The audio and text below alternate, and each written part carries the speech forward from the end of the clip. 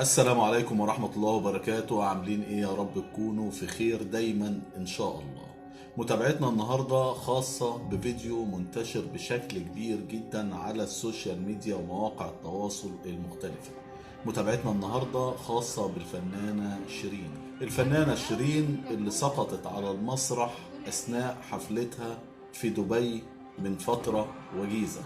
طبعا بمجرد ما سقطت الفنانة شيرين وكل جمهورها ومتابعينها اهتموا بالموضوع جدا جدا، وطبعا السبب اللي قالته بعد كده ان سبب سقوطها عدم التجهيز الجيد لحفلتها، وان في وجود اسلاك خاصة بالسماعات الموجودة على خشبة المسرح اثناء رجوعها او اثناء سيرها على خشبة المسرح. زي ما احنا شايفين قدامنا دلوقتي سقطت الفنانة شيرين. كلهم حاولوا يساعدوها ويقوموها من مكانها، وطبعا الفنانة شيرين علقت على الموقف بطريقة ظريفة وقالت ما يقع إلا الشاطر. وطبعا السوشيال كله هيشتغل على سقوط شيرين أو وقوع شيرين على المسرح في دبي. طبعا الفنانة شيرين دي تعتبر أول حفلة ليها بعد أزمتها الصحية الأخيرة.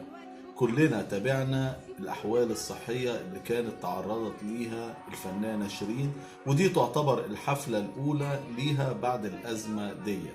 طبعا زي ما قلت لكم الفيديو انتشر بشكل كبير جدا طبعا لمكانة الفنانة شيرين واهتمام كتير من المتابعين بيها.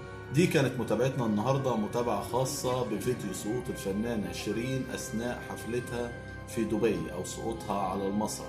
متابعتنا مستمرة معاكم بإذن الله، متابعتنا في كافة المجالات، متابعتنا لكل شيء يهمكم على مواقع التواصل الاجتماعي، مواقع الأخبار، وفي أي مكان بإذن الله هتلاقوه موجود هنا على القناة. ما تنسوش شرفونا بالاشتراك في القناة، تفعيل زر الجرس عشان يوصلكم بإذن الله كل جديد. اشوفكم على خير في متابعات جديدة، والسلام عليكم ورحمة الله وبركاته.